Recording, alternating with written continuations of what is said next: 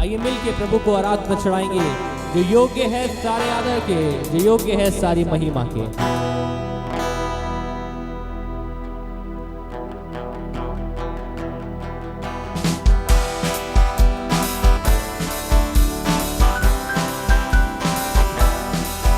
ओ आराधना आराधना स्तुति आराधना आराधना गाइए, आराधना आराधना स्तुति आराधना आराधना, ओ आराधना आराधना स्तुति आराधना आराधना, हालेलुया। आराधना आराधना स्तुति आराधना आराधना। सुबह के समय, सुबह के समय, शाम के समय आराधना पिता को, सुबह के समय, शाम के समय आराधना पिता को, हालेलुया। आराधना आराधना स्तुति आराधना आराधना, हालेलुया। आराधना आराधना स्तुति आराधना आराधना। प्रभु की आराधना करें जो योग्य है। सुबह के समय, शाम के समय, हर समय प्रभु को आराधना मिलती है। पवित्र आत्मा तुझे आराधना, मेरे साथी तुझे आराधना। पवित्र आत्मा तुझे आराधना, मेरे साथी तुझे, पवित्र आत्मा तुझे आराधना, मेरे साथी तुझे आराधना। ओ पवित्र आत्मा तुझे आराधना, मेरे साथी तुझे आराधना। स्वर्ग पिता तुझे आराधना, मार्गदर्शी तुझे आराधना। स्वर्ग पिता तुझे आराधना, मार्गदर्शी तुझे आराधना। आराधना आराधना स्तुति आराधना आराधना, गाओ मिलके, आराधना आराधना। अब्बा की आराधना, स्तुति आराधना आराधना, हो जीवन बलि तुझे आराधना, जीवन जल तुझे आराधना। जीवन बलि तुझे आराधना, जीवन जल तुझे आराधना। बादल के खंबे तुझे आराधना, मेरे मसीह तुझे आराधना। बादल के खंबे तुझे आराधना, मेरे मसीह तुझे आराधना। आराधना आराधना स्तुति आराधना, ओ आराधना हो, आराधना आराधना स्तुति आराधना आराधना। सुबह के समय, सुबह के समय, शाम के समय आराधना पिता को, हालेलुया। सुबह के समय, शाम के समय आराधना पिता को, हालेलुया। आराधना आराधना स्तुति आराधना आराधना, हालेलुया। आराधना आराधना स्तुति आराधना आराधना, स्तुति आराधना आराधना, स्तुति आराधना आराधना। हालेलुया। वो है स्तुतियों के योग्य, वो है आराधना के योग्य, हमारा परमेश्वर, जो इस सृष्टि का रचनाकार, उसकी जैसा कोई नहीं। आइए अपनी आंखों को बंद करके अपने ध्यान को अब्बा पिता की ओर लगा लें। ओ अब्बा तेरी आराधना, तेरी सामर्थ इस समय हर एक सुनने वाले के जीवन में काम करे। हर एक आराधक इस समय प्रभु तेरी सामर्थ को महसूस करने पाए। दिया बच्चे तेरे रे ओ तेरे जैसा है ना को तुलना किससे मैं करूं। तेरे जैसा है ना कोई, तुलना किससे मैं करूं। प्यार मेरे, प्यार मेरे, जान मेरे, तुझ में ही शरण लूं प्यार मेरे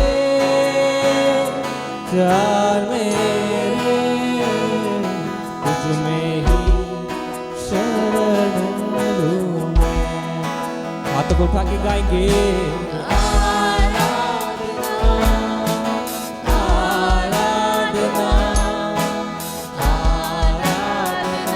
राजा प्रभु तेरी आराधना आराधना आराधना आराधना मेरा प्रेम गीत तू प्यारे यीशु मेरा प्रेम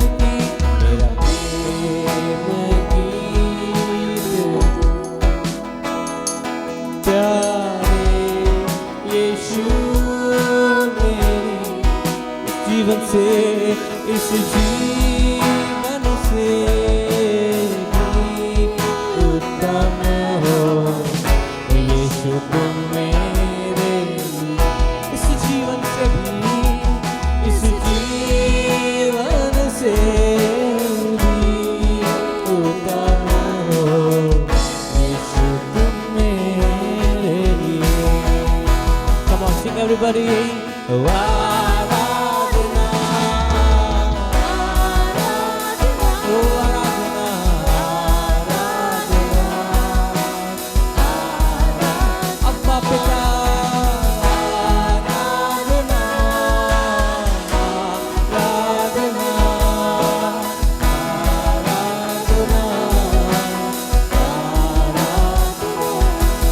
तेरे जैसा प्यार दे जो है ना कोई है प्रभु तेरे जैसा प्यार दे जो है ना कोई ऐ मसीह ओ ऐ मसीह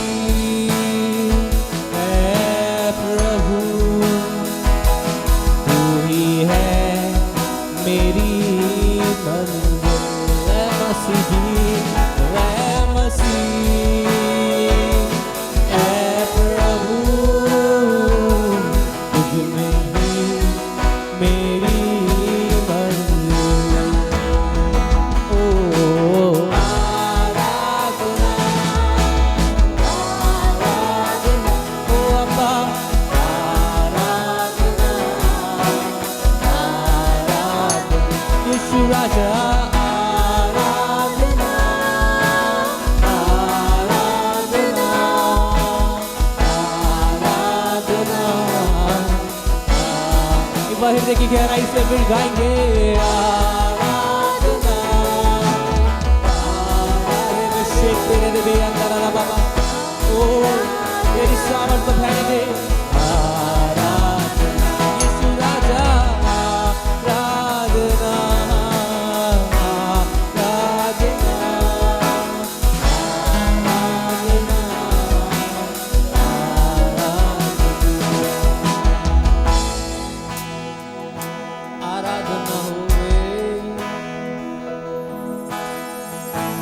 प्रभु की हमने आराधना करी उसके जीवित कलाम को सुनने के लिए तैयार है उसका पवित्र सिंहासन हमारे मध्य में है जहाँ कहीं आप हैं और आपने अगर उस प्रभु को पुकारा है तो अवश्य वो आपके घरों में इस समय आपके पास में इस समय मौजूद है आपके अंदर इस समय मौजूद है आइए उस प्रभु के जीवित कलाम को प्रभु के दास के द्वारा सुनेंगे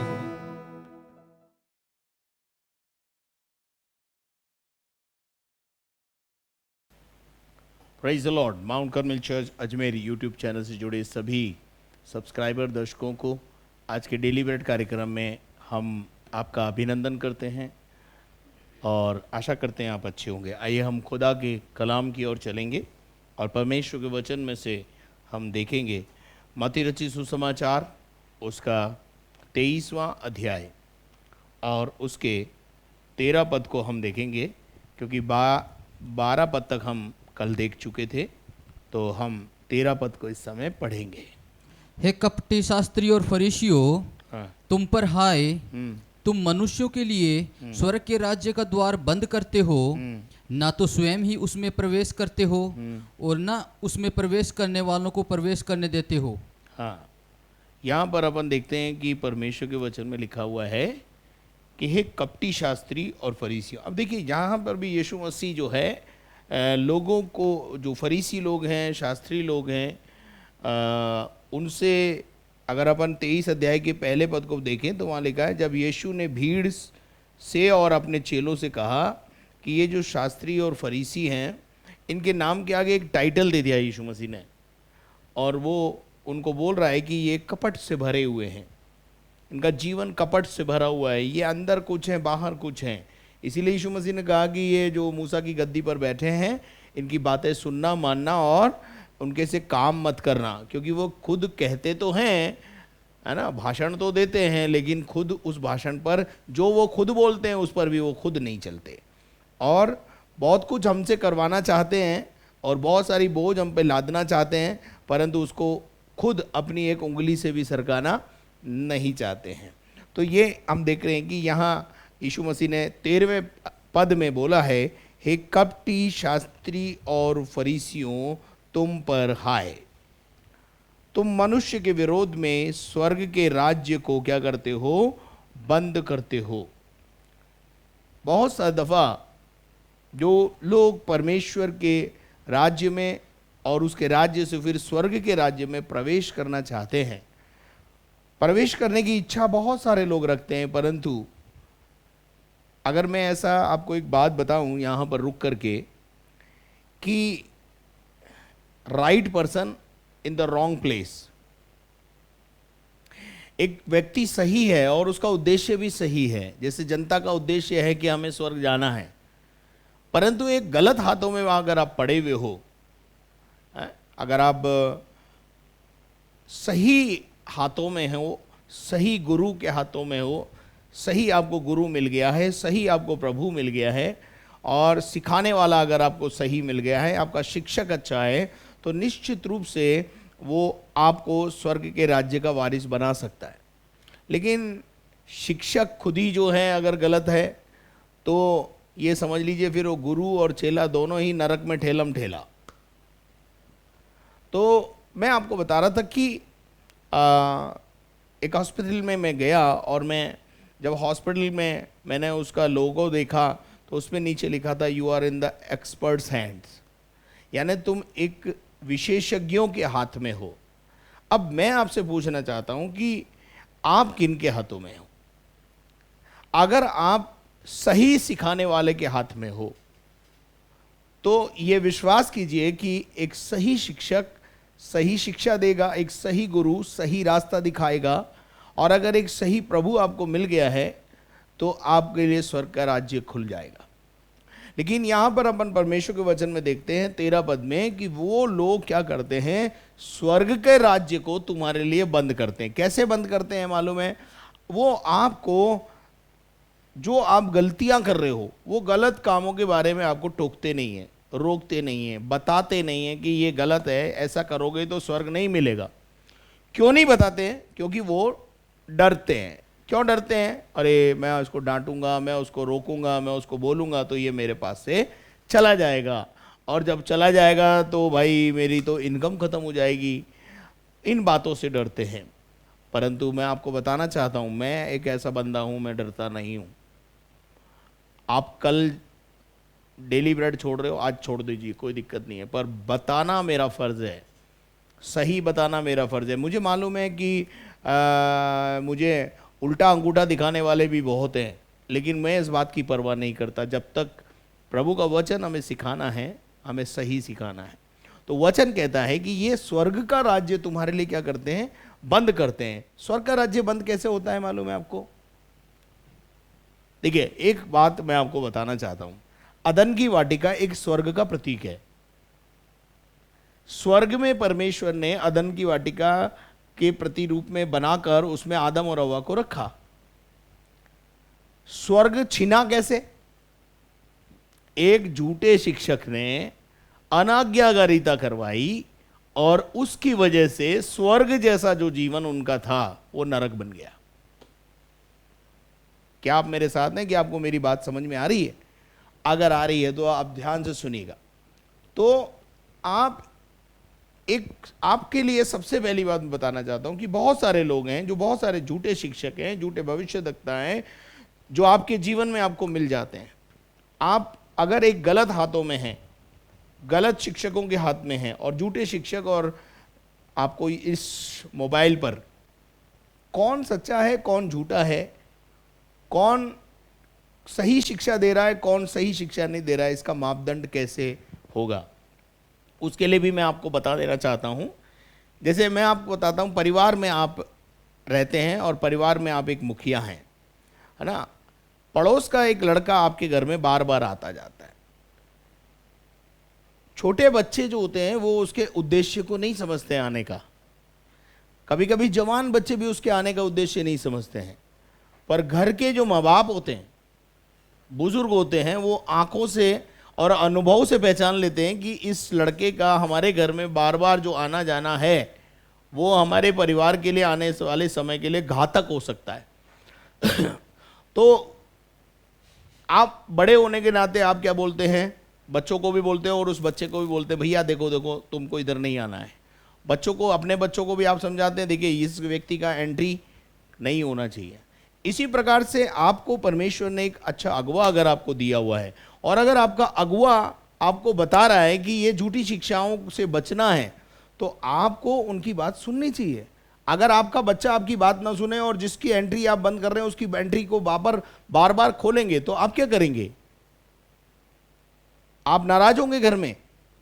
इसी प्रकार से जब आपको परमेश्वर ने एक अच्छे अगुवे दिए हैं तो आप उन अगुवों से पूछिए कि इसके ऊपर सही शिक्षा और झूठी शिक्षा का आलंकन कैसे किया जाए, वो आपको बताएंगे। ये जो झूठी शिक्षा वाले हैं, ये आपको झूठी शिक्षा में डालकर आपका बना बनाया घर जैसा, स्वर्ग जैसा घर है ना, उसको भी नरक बना देते हैं।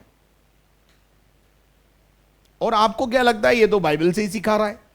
अब बाइबल से तो शैतान भी आता है तो बाइबल से ही बात करता है ना। शैतान कहाँ? बाइबल में लिखा है कि शैतान स्वर्गदूत का रूप धारण कर लेता है। अब आप जिसे जानते नहीं हैं उसकी शिक्षाओं को आप ले रहे हैं, उसकी प्रार्थनाओं में आप शामिल हो रहे हैं, ये आपके लिए घातक हो सकता है। ये आपके लिए स्वर्ग का द्वार बंद करने का कारण हो सकता है। आप सीधे सीधे स्वर्ग जा रहे थे, लेकिन आप क्या हुआ, एक झूठी शिक्षा की ओर टर्न हो गए। आपको पता ही नहीं चला, आप झूठी शिक्षा की ओर से टर्न हो गए और आप अंत में जाकर नरक पहुंच गए। इसलिए बाइबल में परमेश्वर ने कहा है झूठे शिक्षकों से और झूठे भविष्यद्वक्ताओं, नबियों से हमको बचने की जरूरत है। और उसी कारण से परमेश्वर ने आपको अपने कलीसिया में अगुवे दिए हैं ताकि आपकी वो क्या करें, रक्षा करें। प्रभु यीशु मसीह ने अपने देह के दिनों में पतरस से कहा मेरी भेड़ों की रक्षा कर। तो आपकी रक्षा करना क्या मतलब है? किससे रक्षा करना? इन भेड़ियों से, जो भेड़ों को अपना ग्रास बना लेते हैं, उनसे रक्षा करना है। तो ये आपके लिए स्वर्ग का द्वार जो प्रभु यीशु मसीह ने खोला है उसको बंद करते हैं। आपके घर, आपके स्वर्ग जैसे घर को नरक बना देते हैं। कौन? झूठी शिक्षाएं। तो इसलिए आपको ये बात समझनी है आज कि हम परमेश्वर का वचन समझ रहे हैं, तो हमें ये बात समझनी होगी कि आप एक एक्सपर्ट हैंड में हैं।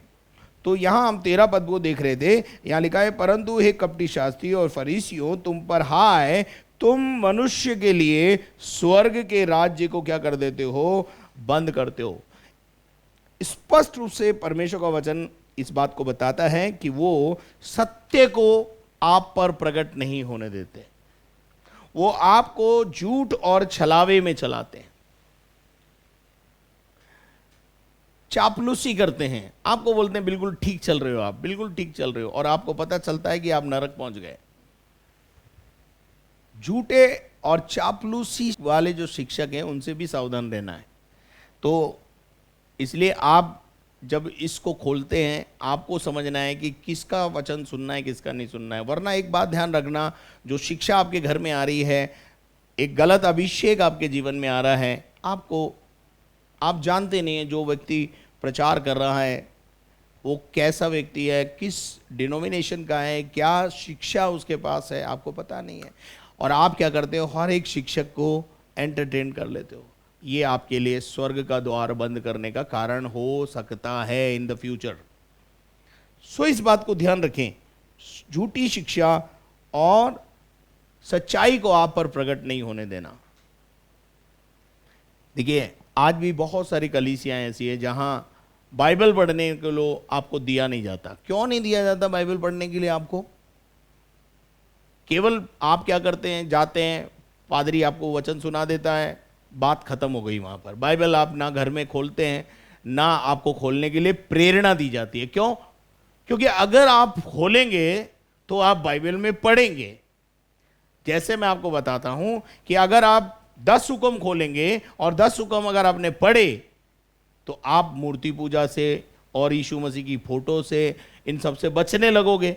और ये लोग करवाते हैं, ये तो आपके घरों में फोटो रखवाते हैं, और वो भी मनुष्यों की फोटो रखवाते हैं। आपको इस बात से बचना है और उसके लिए आपको बाइबल पढ़ना है। स्वर्ग का राज्य का द्वार ये लोग शास्त्री और फरीसी क्या कर देते हैं, आपके लिए बंद कर देते हैं। ना तो आप प्रवेश करते हैं और ना उसमें प्रवेश करने वालों को प्रवेश करने देते हैं।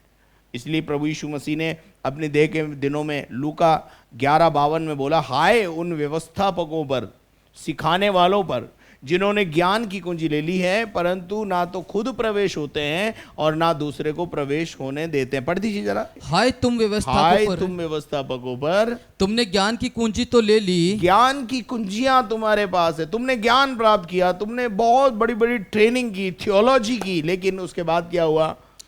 परंतु तुमने आप ही प्रवेश नहीं किया। ना तो खुद स्वर्ग राज में प्रवेश हो रहे हो, ना जो प्रवेश होना चाहते उनको होने देते हो, उनको भी रोक दिया। क्यों? गलत शिक्षाओं की ओर लेके गए। अगर गलत हो रहा है तो उसको होने दो। अब मैं आपसे पूछना चाहता हूं स्पष्ट रूप से कि छींटे का बपतिस्मा बाइबल में कहां है, जरा बताइए। ये मनुष्य की बनाई हुई विधि विधान है और उसको जो है वो आपको दे दी और आपने उसे ले ली और आप उसमें चल रहे हैं। चलते रहिए, एक दिन आपका हिसाब होगा। जिस दिन आपका हिसाब किताब होगा आपको उसी दिन पता चल जाएगा सही कौन है, झूठा शिक्षक कौन है, किसने आपको जो है गलत रास्ता दिखाया। पहला तीमुथियुस 4 अध्याय उसका पहला पद और दूसरा पद पढ़े। पहला तीमुथियुस 4 अध्याय 1 और 2 पद। परंतु आत्मा स्पष्टता से कहता है, परंतु आत्मा स्पष्टता से कहता है कि आने वाले समयों में कितने लोग भरमाने वाली आत्माओं, कैसे होंगे लोग? भरमाने वाली आत्माओं के और दुष्ट आत्माओं की शिक्षाओं पर, काई की शिक्षाओं पर मन लगाएंगे, दुष्ट आत्माओं की शिक्षा पर मन लगाएंगे और काई से बहक जाएंगे, विश्वास से वो विश्वास जो यीशु मसीह पर आपने किया है उससे बहक जाएंगे। मेरे अजीजों, आत्मा स्पष्टता से कहता है कि आने वाले समयों में कितने लोग भरमाने वाली आत्माओं के होंगे, जो आपको भ्रमित कर देंगे, जो आपको स्वर्ग के राज्य में जाने से रोकेंगे और दुष्टात्माओं की शिक्षा पर मन लगाकर विश्वास से आपको क्या कर देंगे? बहक जाएंगे। आपको पता है आपकी सबसे बड़ी धरोहर आपके पास है आपका विश्वास। उससे अगर आप बहक गए तो खत्म हो गया आपका जीवन। दूसरा पद भी पढ़ दीजिए। ये उन झूठे मनुष्यों के कपट के कारण होगा, ये उन कपट से भरे हुए झूठे मनुष्य, झूठे शिक्षक के कारण होगा, जिनका विवेक मानो जलते हुए लोहे से दागा गया हो। जिनके अंदर उनके विवेक को क्या कर दिया है? मानो लोहे से दागा जलते हुए लोहे से दाग दिया। विवेक काम ही नहीं करता। विवेक, मैं कह रहा हूं उनका विवेक है ही नहीं उनके पास, उसको तो दाग के खत्म कर दिया। उनका कॉन्शियस मर गया। उनके सामने कितना भी सच्चाई प्रचार करो उनको झूठी सच लगता है। मेरे अजीजों, यह परमेश्वर का वचन है। और हम एक और आयत पढ़ेंगे, रोमियो की पत्री 14वां अध्याय उसका 13 पद। अतः आगे को हम एक दूसरे पर दोष न लगाएं, आगे को अब एक दूसरे पर क्या ना लगाएं, हम दोष न ना लगाएं। लगाएं। पर तुम ये ठान लो ये ठान लो कि कोई अपने भाई के सामने ठेस या ठोकर खाने का कारण न रखे। इसलिए यीशु मसीह ने कहा है, कपटी शास्त्रियों तुम पर हाय। हाय का मतलब तुम श्रापित हो, कि क्योंकि तुम लोगों के सामने क्या रखते हो, ठोकर का कारण रखते हो, दोष लगाते हो और ठोकर का कारण बनते हो। इसलिए तुम पर क्या होगा, एक दिन श्राप गिरेगा। हाय तुम पर। और हमें संभलने की बहुत ज्यादा जरूरत है। और उसके बाद पहला कुरिन्थियों 8 अध्याय उसका 9 पद पढ़े। परंतु चौकस रहो, ऐसा ना हो कि तुम्हारी यह स्वतंत्रता, ऐसा ना हो कि तुम्हारी ये स्वतंत्रता हाँ कहीं निर्बलों के लिए ठोकर का कारण हो जाए। हाँ, प्रभु यीशु मसीह में जब हम आते हैं तो हम स्वतंत्र हो जाते हैं, ठीक है, और निर्बलों के लिए ठोकर का कारण बन जाते कई बार हम। अब देखिए, पौलुस ने इस बात को कहा कि यदि तू प्रसाद खाए तो उससे कोई फर्क नहीं पड़ता है, परंतु जो विश्वास में अभी अभी आए हैं, कमज़ोर हैं, अगर वो तुझे इस काम को करते हुए देखेंगे तो वो ये समझेंगे कि ये करना उचित है। इसलिए तुझे क्या करना है, उससे परे रहना है, ऐसी बातों से परे रहना है, ऐसी शिक्षाओं से परे रहना है। अब मैं आपको बता रहा था थोड़ी देर पहले कि कुछ गलत शिक्षाएं हैं जो आपके घर में आती हैं और आपके घर का अभिषेक बिगाड़कर चली जाती है। आप क्या समझते हैं मालूम है, आप सोचते हैं कि भाई मैं सुन रहा हूं, ठीक है, पर मैं आपको बता देना चाहता हूं कि वो गलत शिक्षाएं आपके घर के अभिषेक को बिगाड़ती हैं।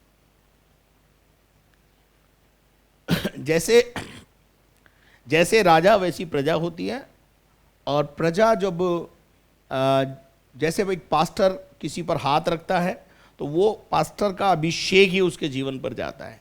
इसी प्रकार से जो प्रचारक का आप प्रचार सुन रहे हो, वो प्रचारक प्रभु में कितना मजबूत है, कितना बलवंत है, कितना है नहीं है, ये आपको पता नहीं है। सही शिक्षा है या नहीं है, आपको कैसे पता चलेगा? वो भी बाइबल से प्रचार कर रहा है, शैतान भी बाइबल को जानता है अच्छे से। इसलिए आप बहुत सावधान रहें, चौकस रहें, ऐसा नहीं हो ये स्वतंत्रता जो है निर्बलों के लिए क्या हो जाए। मैं ऐसे बहुत सारे परिवारों को जानता हूं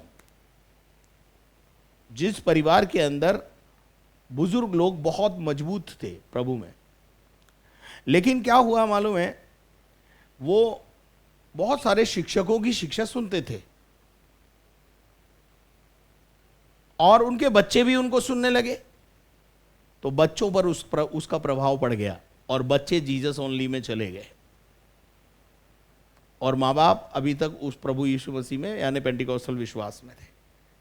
आपने देखा कल्ट किस प्रकार से अपना जगह बना लेता है, कल्ट घुसने के लिए किस प्रकार से आपकी खूबसूरती से आपकी अदन की वाटिका को बिगाड़ देता है। अदन की वाटिका तो बहुत खूबसूरत थी जहां आदम और हव्वा थे, कैसे खूबसूरती से अंदर घुसा प्यार से, और कैसे हालेलुया प्रेज द लॉर्ड करते हुए हव्वा से बात करके उसका अभिषेक खराब कर दिया, उससे अनाज्ञाकारिता करा के अदन की वाटिका से बाहर निकाल के बने बनाए स्वर्ग को नरक बना दिया। इसलिए ये लोग आपके लिए स्वर्ग का राज्य को बंद करते हैं, जाने वाला को जाने नहीं देते, आगे बढ़ने वाले को बढ़ने नहीं देते।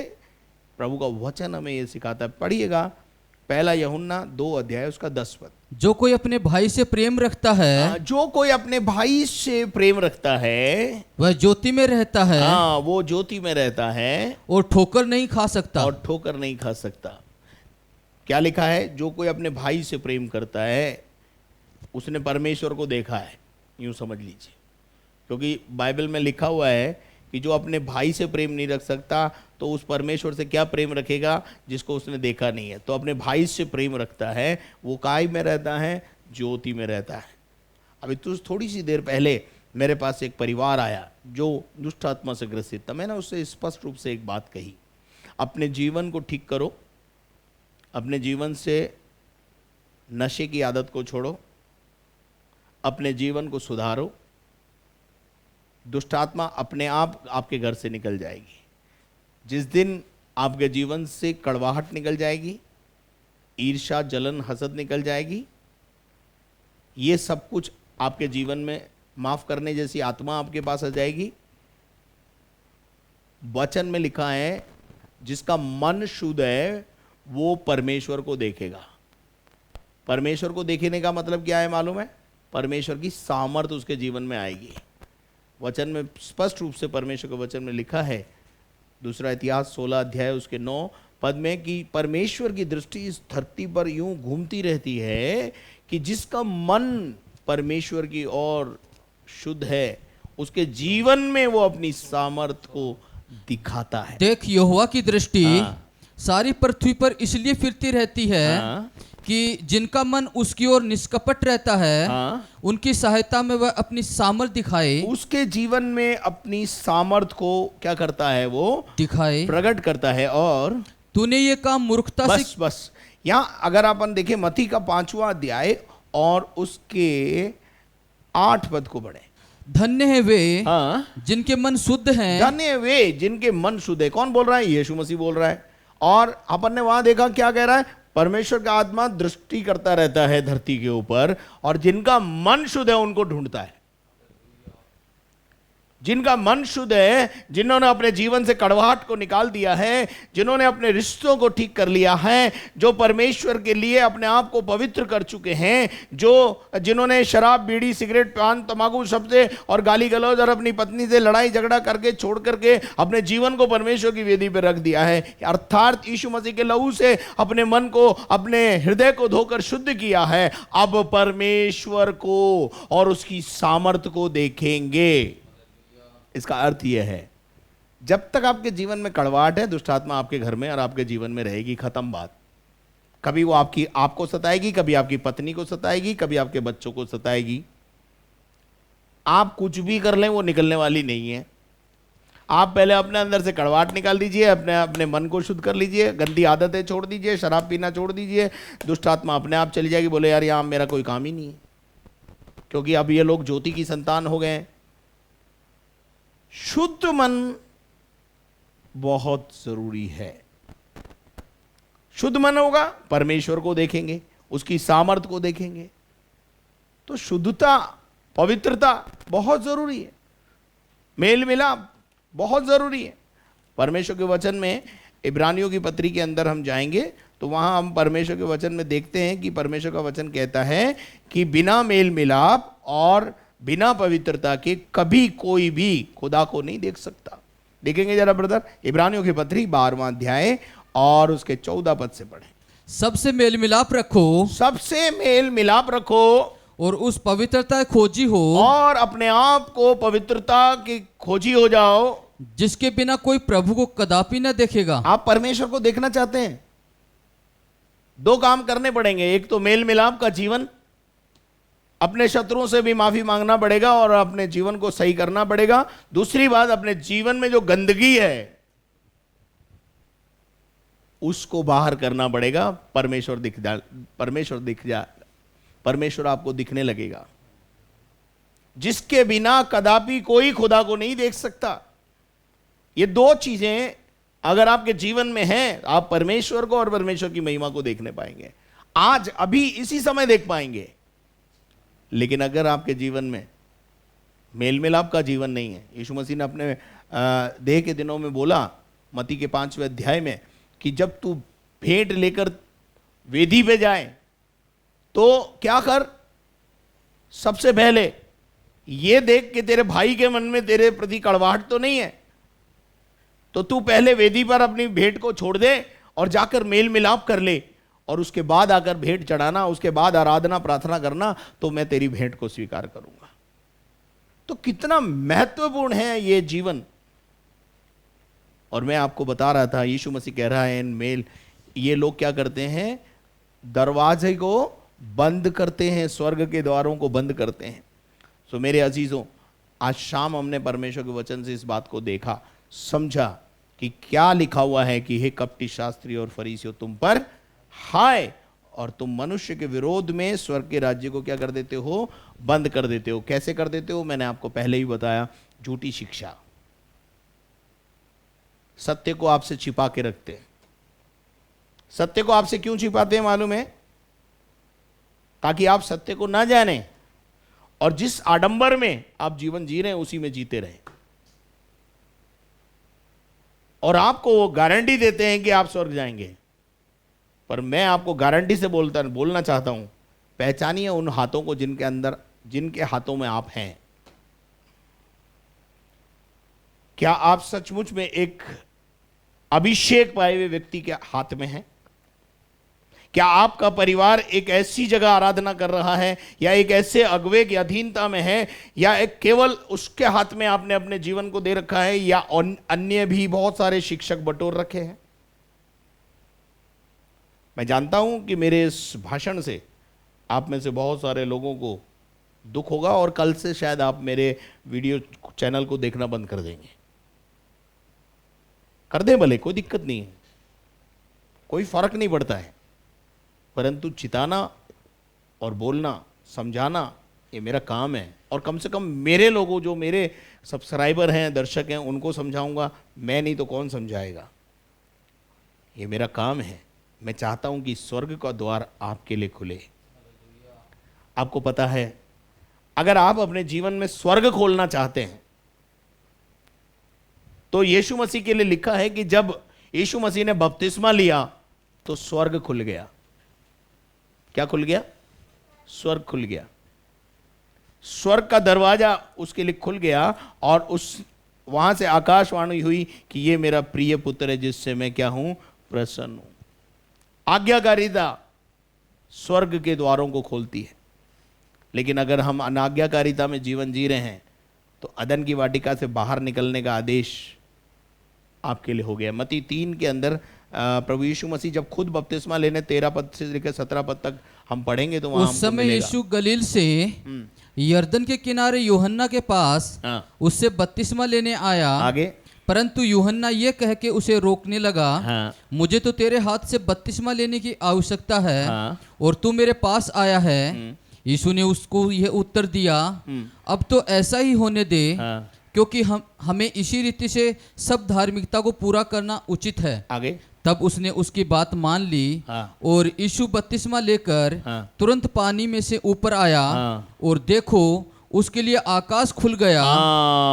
स्वर्ग खुल गया, स्वर्ग का द्वार खुल गया, आकाश के झरोका खुल गया, आकाश खुला और आकाशवाणी हुई। क्या आकाशवाणी हुई? और उसने परमेश्वर की आत्मा को हाँ, कबूतर के समान उतरते और अपने ऊपर आते देखा। आगे, और देखो ये आकाशवाणी हुई, हाँ, ये मेरा प्रिय पुत्र है, ये मेरा प्रिय पुत्र है जिससे मैं अत्यंत प्रसन्न हूँ। एक तो आज्ञाकारिता जब आप करते हैं, आकाश का झरो, आप बोलते हैं ना प्रभु छप्पर फाड़ के दे। छप्पर फाड़ के दे का मतलब स्वर्ग के दरवाजों को खोल दे।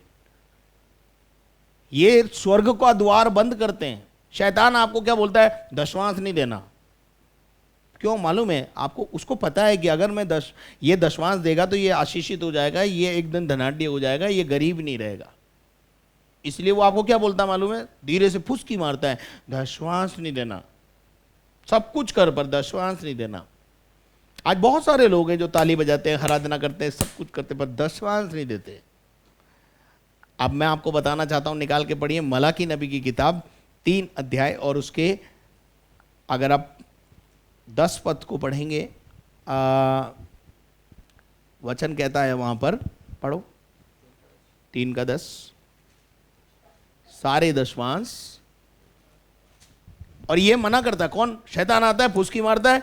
और बहुत सारे प्रचारक भी आपको बोलते हैं, बहुत सारे प्रचारकों को मैंने देखा है, बहुत सारे जो भविष्यवक्ता और नबियों को मैंने इस YouTube चैनल के ऊपर ये कहते हुए सुना है कि दशवांश देने की जरूरत नहीं है क्योंकि वो पुराने नियम की बात है, और दशवांश देने की जरूरत नहीं है क्योंकि पादरी लोग उस पर ऐश करते हैं। मैं आपको बताना चाहता हूं, वो आपके लिए स्वर्ग का दरवाजा बंद कर रहे हैं। वो आकाश का झरोका जो आपके लिए खुलने जा रहा है, उसको वो आपके लिए बंद कर रहे हैं। पढ़िए वचन में क्या लिखा है? सारे दशवांश भंडार भंडार में ले आओ, कहां ले आओ? भंडार में ले आओ। सारे दशवांश भंडार में ले आओ। इधर उधर बांट दो ये नहीं लिखा है, गरीबों को बांट दो ये नहीं लिखा है, भंडार में ले आओ। भंडार का मतलब है भवन में ले आओ, परमेश्वर के आराधनालय में ले आओ, और कि मेरे भवन में भोजन वस्तु रहे। मेरे भवन में यानी परमेश्वर के भवन में लाना है, और वहां किसी भली वस्तु की गटी ना रहे, उसके द्वारा आगे। और सेनाओं का यहोवा परमेश्वर ये कहता है कि ऐसा करके मुझे परखो, आगे कि मैं आकाश के झरोखे तुम्हारे लिए खोलकर तुम्हारे ऊपर। कब खुलेगा आकाश का झरोखा? जब आप परमेश्वर के भवन में अपनी आय का दशवांश लाएंगे। शैतान धीरे से किसी शिक्षक के द्वारा, किसी व्यक्ति के द्वारा आपको बोलता है आपको दशवांश देने की क्या जरूरत है, ओ गरीबों को दो। कहां लिखा है भाई? कौन सा शिक्षक है तू? बाइबल का परमेश्वर साफ और स्पष्ट रूप से मलाकी की नबी के अंदर लिखवाता है, मलाकी के द्वारा, कि भंडार में लाओ तो भवन खुल के आकाश का झरोखा खुलेगा, और तुम्हारे ऊपर अपरंपार आशीष की वर्षा करता हूं कि नहीं। अपरंपार आशीष की वर्षा होगी। देखिए, यीशु मसीह ने बपतिस्मा लिया तो आकाश खुला। इधर अपन ये आज्ञा का पालन करते हैं तो आकाश खुलता है। हम भी बपतिस्मा लेते हैं तो हमारे लिए आकाश खुलता है। जब जब हम परमेश्वर की आज्ञाओं का पालन करेंगे, जब जब यीशु मसीह ने अपने देह के दिनों में आज्ञा का पालन करा, स्वर्ग खुला है। और आज शाम मैं आपको बताना चाहता हूं, बचो ऐसे शिक्षकों से जो आपको झूठी शिक्षा देते हैं, और ऐसा करके परमेश्वर के राज्य में प्रवेश करो, स्वर्ग के राज्य में प्रवेश करो।